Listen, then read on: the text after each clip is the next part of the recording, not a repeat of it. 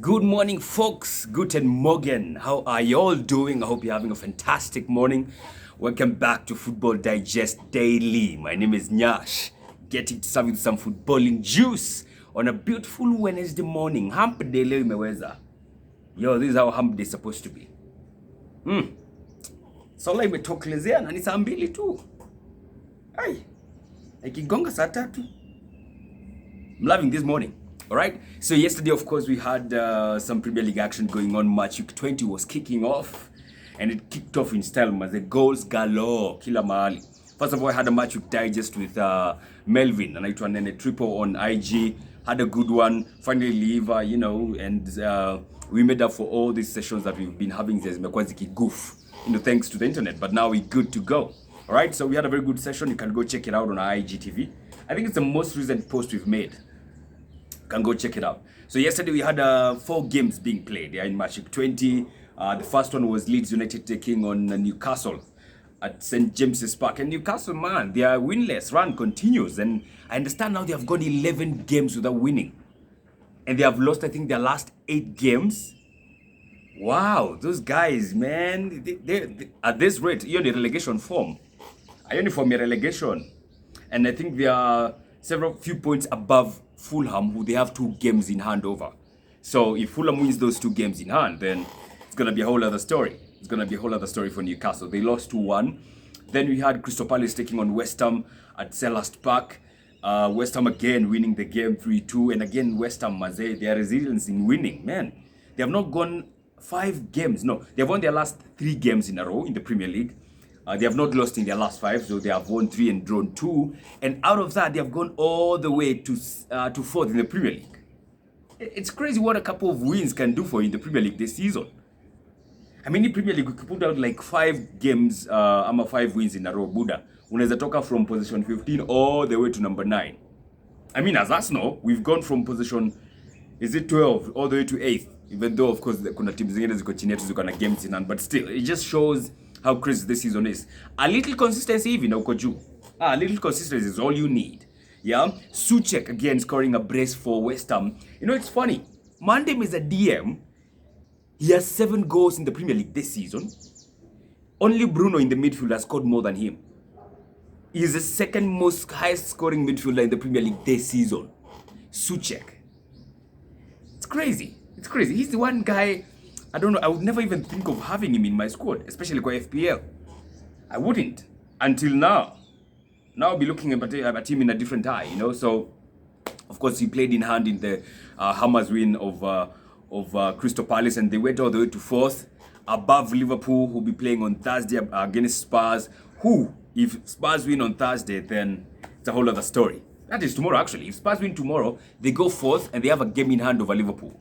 So yeah, Liverpool wakipigwa kesho wanaweza jipata kwa number 6 by the time they play Liverpool, by the time they play West Ham on Sunday. Liverpool will be clashing with West Ham on Sunday. That's going to be a cracker. It's going to be a cracker, especially depending on the outcome of tomorrow's game against Spurs. Itakuwa kali. So yeah, West Ham continues their winning run, and this is after they conceded first, by the way. They conceded first, then made a comeback, which was good to see. Then after that, we had 2 games being played at 11 o'clock. We had Manchester City taking on West Bromwich. West Bromwich, Hey. The last time City failed to win was against West Bromwich, when they drew 1-1, I think, in December, right? And they have met again now, and they have beaten the Buggies 5-0. I mean, they're not even missing KDB, are they? Gundogan again. Mandem, I think, has scored in the last 4 games now. Scored a brace yesterday. What a scoreline that was. Fantastic goals, but he's a goal scorer, all right. He's a goal scorer, all right. Akofiti. Gundogan Akofiti. And it's crazy. I was thinking of getting him to my FPL squad. Alafu nikaona, acha tu niweke Mahrez. Okay, Mahrez came through, alipiga bao na assist, but yeah, ningekuwa na Gundogan, ningekuwa mbele. Still good though, still good. They won 5-0. And the Buggies now, they have conceded 17 goals at home. I think since Sam Allardyce was appointed as their coach. Sam Allardyce has this track record of not getting relegated at all in the Premier League. I think he'll go down this time round. sioni venye West Bromwich wata survive. Natafuta hivi a way that they can survive in the Premier League this season. Sioni. I don't see how they will survive. So they lost 5-0 yesterday against Manchester City. And I saw some stats somewhere. You know, Manchester City strikers are not scoring. I mean, they only have Jesus as a striker. I mean, Aguero has been out for a minute thanks to COVID and some injuries. All their goals right now, they're being scored by midfielders. Zote. I can't remember the last time I saw a Manchester City striker scoring in the Premier League. But it's all good for them. It's all good. And now they have gone 7 games in a row. A new record, by the way. No team has won 7 games in a row this season. And by the look of things, they will need some stopping. Whoever will stop Manchester City, atakuwa ameweza. They look unstoppable. They look absolutely unstoppable. And another clean sheet for them. You know, it's crazy. They're doing quite honestly, quite well. Yeah. And now they are top of the Premier League table, having played the same number of games as Manchester United, sorry. So, yeah, hapo United wakona kazi. Then we had Arsenal taking on Southampton at St. Mary's, a game where we had to avenge the L we took on Saturday in the FA Cup, which we did avenge in style. 3-1 win, fantastic game. You know, the beauty about this game is that we a chance, Southampton chance to breathe. You know, like on Saturday, we were always unable to break their press, and we could not have a fast touch. Our fast touch was always wrong on Saturday. But on yesterday, jana, kila kitu ilikuwa sawa. You know, I was absolutely delighted to see performances from Xhakas. He was brilliant yesterday. He made that pass for Pepe in the first goal. Pepe jana, by the way, I think he had his best performance in the Premier League this season. I've not seen a better performance from him.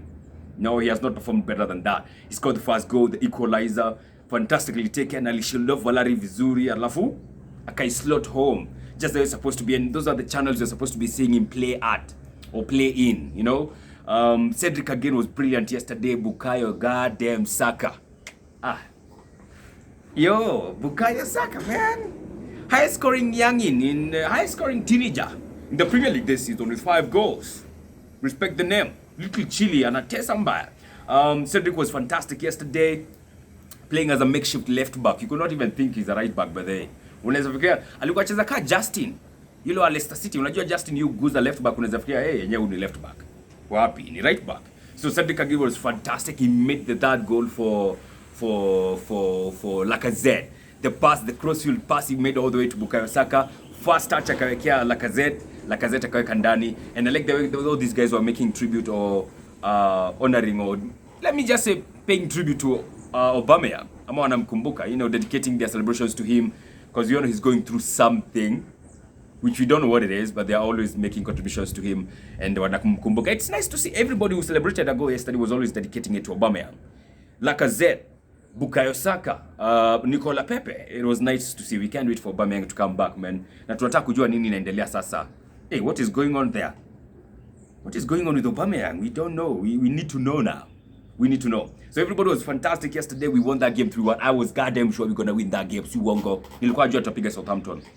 Even the way we played, we are playing way much better than Southampton. The only ish I felt about that game is David Luiz. Kidogo kuna 2 howlers he did, which I feel if it was another side, most likely tunge concede.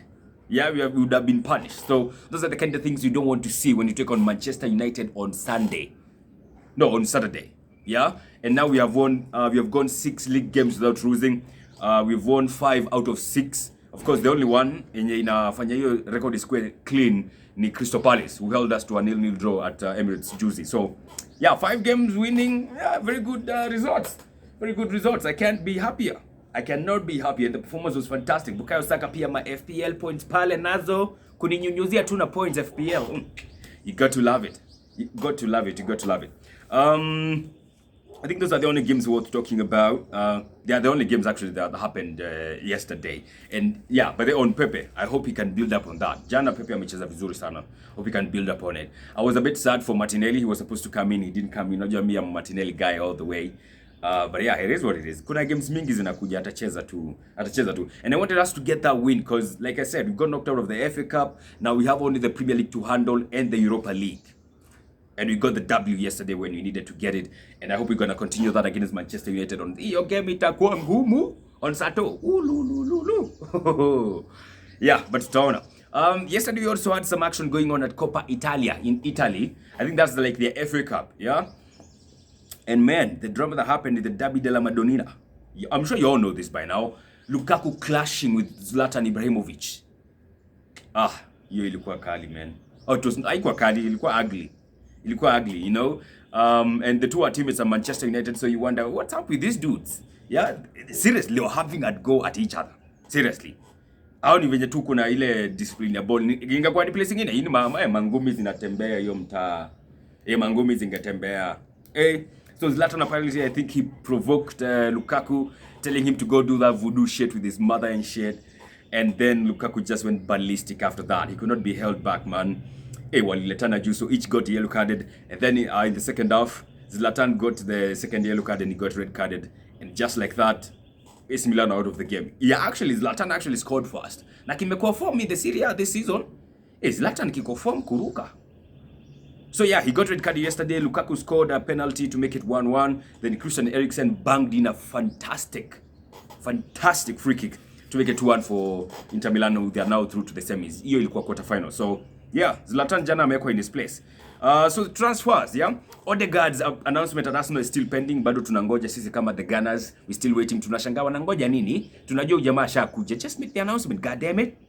Just make the announcement. You have like 4 days now to go in the transfer window, so we're still waiting to see if we're gonna get left back and what's gonna be happening in the other areas. But so far, tunangoja Ødegaard's announcement, nothing more. Thomas Tuchel was announced as a Chelsea coach yesterday, of course, in an 18-month contract, which I understand if he does not get the top 4, ama does not meet some minimum requirements, anaweza kuwa fired anytime without any payoff.